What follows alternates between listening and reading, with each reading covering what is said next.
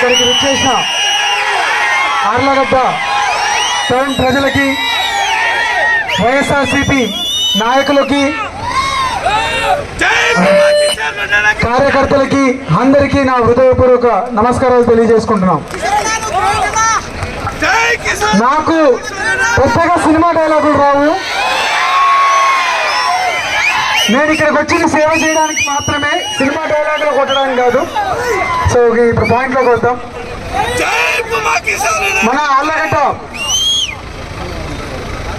గత 4 సంవత్సరాల నుండి మన ఆర్లగడ్డలో జరుగుతున్న సంఘటనలు చూస్తున్నాం. ఒక పక్క అభివృద్ధి అయితే ఇంకొక పక్క ప్రతి దాంట్లో అడ్డుకోవడాలు జరుగుతున్నాయి. అభివృద్ధిని కూడా అడ్డుకునే పరిస్థితులు వస్తున్నాయి.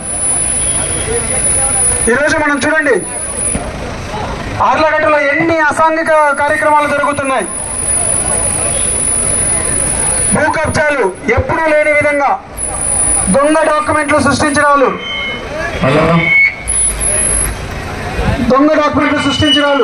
అదేవిధంగా అమాయక ప్రజల మీద దాడులు, ప్రతి ఒక్కటి క్రిమినల్ యాక్టివిటీస్ చేసే నాయకులు తయారయ్యారు. ముఖ్యంగా మనం చెప్పాలంటే ఇక ఎవరూ కాదు,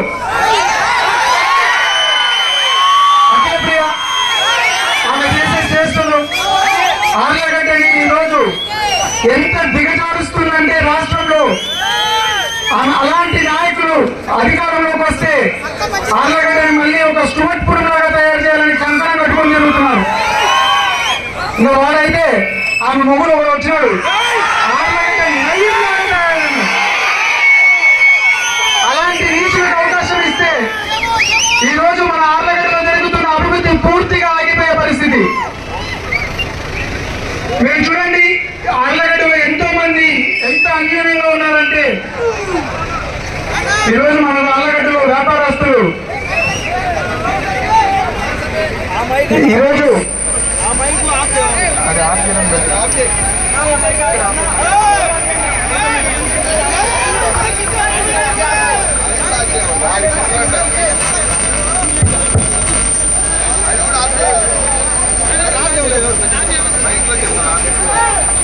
అది ఆపేయమ్మా, మైక్ సెట్ ఆపమ్మా, పూర్తిగా ఆపేసి సౌండ్ ఆపేసి. ఓకే, ఈరోజు మన ఆర్లగడ్డలో కార్యక్రమాలు చూడండి, ఎంతమంది వ్యాపారస్తులు ఉన్నారో, ఎంత ప్రశాంతంగా వ్యాపారం చేసుకుంటున్నాం. అదే కానీ ఇలాంటి దొంగలు గుంటనక్కలు కానీ మళ్ళీ అధికారంలోకి వస్తే ఎలా ఉంటుందంటే ఆర్లగడ్డలో ఆఖరికి ప్రతి షాపులో 10% కమిషన్ నాకు కావాలి అని అడిగే రకాలు వీళ్ళు. ఈరోజు ఈ ప్రభుత్వం గురించి చూడండి, మన వైఎస్ఆర్సీపీ ప్రభుత్వం అధికారంలోకి వచ్చినాక ఎన్ని కార్యక్రమాలు, ప్రతి ఒక్క గడపకి పెన్షన్లు అయితేనేమి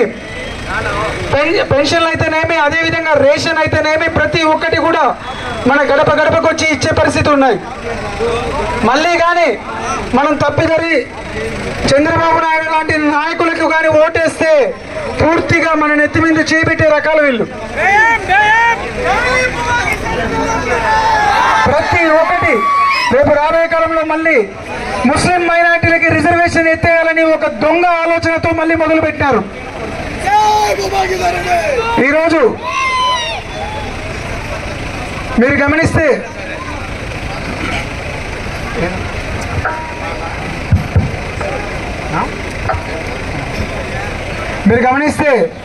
ఆర్లగడ్డ అభివృద్ధి చెందాలంటే మళ్ళీ మనం వైఎస్ఆర్సీపీ పార్టీకి ఓటేసుకోవాల్సిన పరిస్థితి ఉంది.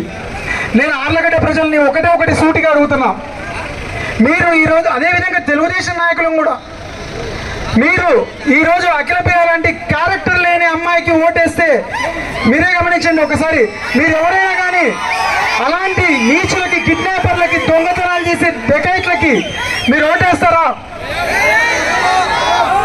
మీ ఇంట్లో కూడా చాలా మందికి ఆడపిల్లలు ఉన్నారు. ఒక్కసారి మీరు ఆలోచించండి, ఎవరికైనా కానీ మీరు చెప్తారా, అమ్మా పలానా అఖిలప్రియాని మనం ఉదాహరణగా తీసుకొని నువ్వు ఎదగాలమ్మని ఎవరైనా చెప్పే ధైర్యం మీకుందా? మరి అలాంటి వాళ్ళకి మనం ఓటేస్తామా? మళ్ళీ మీరేం చేయాలి రేపు రాబోయే ఎలక్షన్లో? ఖచ్చితంగా మీకు ఖచ్చితంగా వాళ్ళు ఏ విధంగా బుద్ధి చెప్పాలో అదే విధంగా బుద్ధి చెప్తారు. ఎప్పుడు చూసినా వాణ్ణి నరుకుతా వీణ్ణి నరుకుతా, ఇంకేం పని లేదా మీకు? అరే 4 మంచి పనులు చేయండి రా, ప్రజలకి బాగుపడతారు. బెదిరిస్తే భయపడే వాళ్ళు ఇక్కడ ఎవరు లేరు. ఆర్లగడ్డలో అన్ని చూసి చూసి చూసి ప్రజలు శాంతి కోరుకొని, మీ నాయన కూడా మా బాబాయ్ కూడా శాంతి యాత్ర చేసి ప్రజలు బాగుండాలని కోరుకున్నాడే. మీలాగా రౌడీజాలు చేయాలని ఎవరు కోరుకోట్లా. ఆ రోజు మీరు చూసినారు, ప్రభాకర్ రెడ్డి గారు కూడా ఒక అడుగు ముందరికేసి ప్రజలందరూ బాగుండాలని చెప్పి ఈ ఫ్రాక్షనిజానికి అంతం పెట్టారు. మళ్ళీ ఇప్పుడు వచ్చి చిల్లర గుండా రాజకీయాలు చేసే పరిస్థితికి వచ్చినారు. నాకైతే ప్రజల మీద, ఆర్లగడ్డ ప్రజల మీద నమ్మకం ఉంది. ఖచ్చితంగా వీళ్ళందరూ కూడా ఇలాంటివి ఎంకరేజ్ చేయరని. రేపు ఓటుతో మీరు ఎలా బుద్ధి చెప్తారంటే, మళ్ళీ డిపాజిట్లు కూడా దక్కకూడదు టీడీపీకి. ఇక 30,000 40,000 మెజార్టీలు కాదు, డిపాజిటే దక్కకూడదు వాళ్ళకి. ఈరోజు చూడండి, గుంటనక్కలు, దొంగలు, డెకైట్లు అందరూ. ఒకరేమో మోటార్లు దొంగతనం చేసేవాళ్ళు, ఒకరులేమో నాకు నీకు ఇంత వస్తుంది వాటాన్ని పంచుకునే రకాలు తయారైనారు. సరే, ఇంకా చెప్పుకుంటూ పోతే చాలా టైం పడుతుంది, చాలా టైం తక్కువ ఉంది. మిమ్మల్ని అందరినీ కూడా కోరేది ఒకటే, మేధావులు చాలా మంది విద్యావంతులు ఆర్లగడ్డలో ఉన్నారు. ఆర్లగడ్డ భవిష్యత్తును ఒకసారి ఆలోచించండి. మనం బాగుండాలి, ప్రజలు బాగుండాలి, మన వ్యాపారాలు బాగుండాలి. అదేవిధంగా వ్యాపారాలు చేసుకోవడానికి బయట వాళ్ళు వచ్చే విధంగా మన ఆర్లగడ్డ తయారవ్వాలి. అంతే తప్ప ఆర్లగడ్డ పేరు వింటేనే భయపడే పరిస్థితులు రాకూడదు.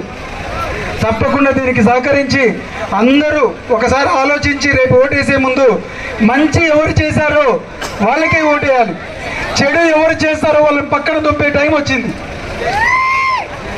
మీకు జగన్మోహన్ రెడ్డి గారు కూడా, మన జగనన్న కూడా చెప్తున్నారు, మంచి చేసింటే నాకు ఓటేయండి అని ధైర్యంగా చెప్పే మన నాయకుడికి, అదేవిధంగా ఆర్లగడ్డలో అభివృద్ధి చెందాలంటే మళ్ళీ మనం మన ఎమ్మెల్యే అభ్యర్థిగా మన నానిని, మన ఎంపీ అభ్యర్థిగా మన పోచా బ్రహ్మానంద రెడ్డి గారిని, ఇద్దరిని అఖండమైన మెజార్టీతో గెలిపించాల్సిన బాధ్యత మన ప్రతి ఒక్కరి మీద ఉంది.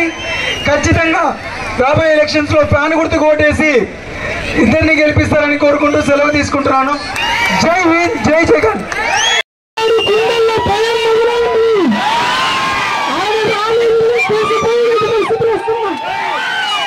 మళ్ళీ పంటడానికి టైం మొదలైపోతుంది. జగనన్న ప్రభుత్వం రాబోతుందని వర్షమే మనకి సంకేతం.